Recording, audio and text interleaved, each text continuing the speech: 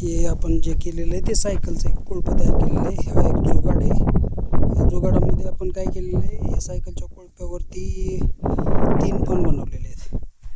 हे बघा, हे 3 फण आहेत. पण याला जे वखराला फण बनवतो तसे फण आहेत 3.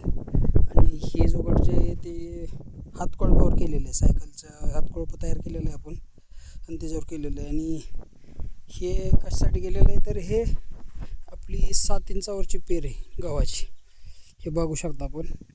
ह्या 7 इंचाच्या पेरीमध्ये कोळपता येत नाही आणि कोळपण्यासाठी जे तण वगैरे आहे ते मारण्यासाठी आपण तण कमी करण्यासाठी हे जुगाड केलेलं आहे. हे बघा, आता हे न कोळपलेलं आहे आणि हे जे ते कोळपलेलं आहे. याचा फायदा अजून एक फायदा होतो की तुमचं जे गहू आहे त्याला फुटण्यासाठी मातीची भर लागते. ती बघू शकता तुम्ही कसं होतं आहे.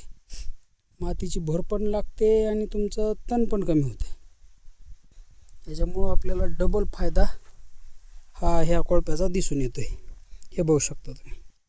सगळं पूर्ण तण जे आहे ते निघून गेलं आहे आणि दोन्ही साईडची माती जी आहे ती गव्हाच्या बुडाला जे आहे ती लागलेली आहे. याच्यामुळं फायदा एकच होणार आहे की तुमच्या गव्हाला चांगला सपोर्ट मिळणार आहे. त्याच्यामुळं पुढे चालून तुमचा गहू लोळणार कमी आणि उत्पन्नात वाढ होणार आहे. नक्कीच. धन्यवाद.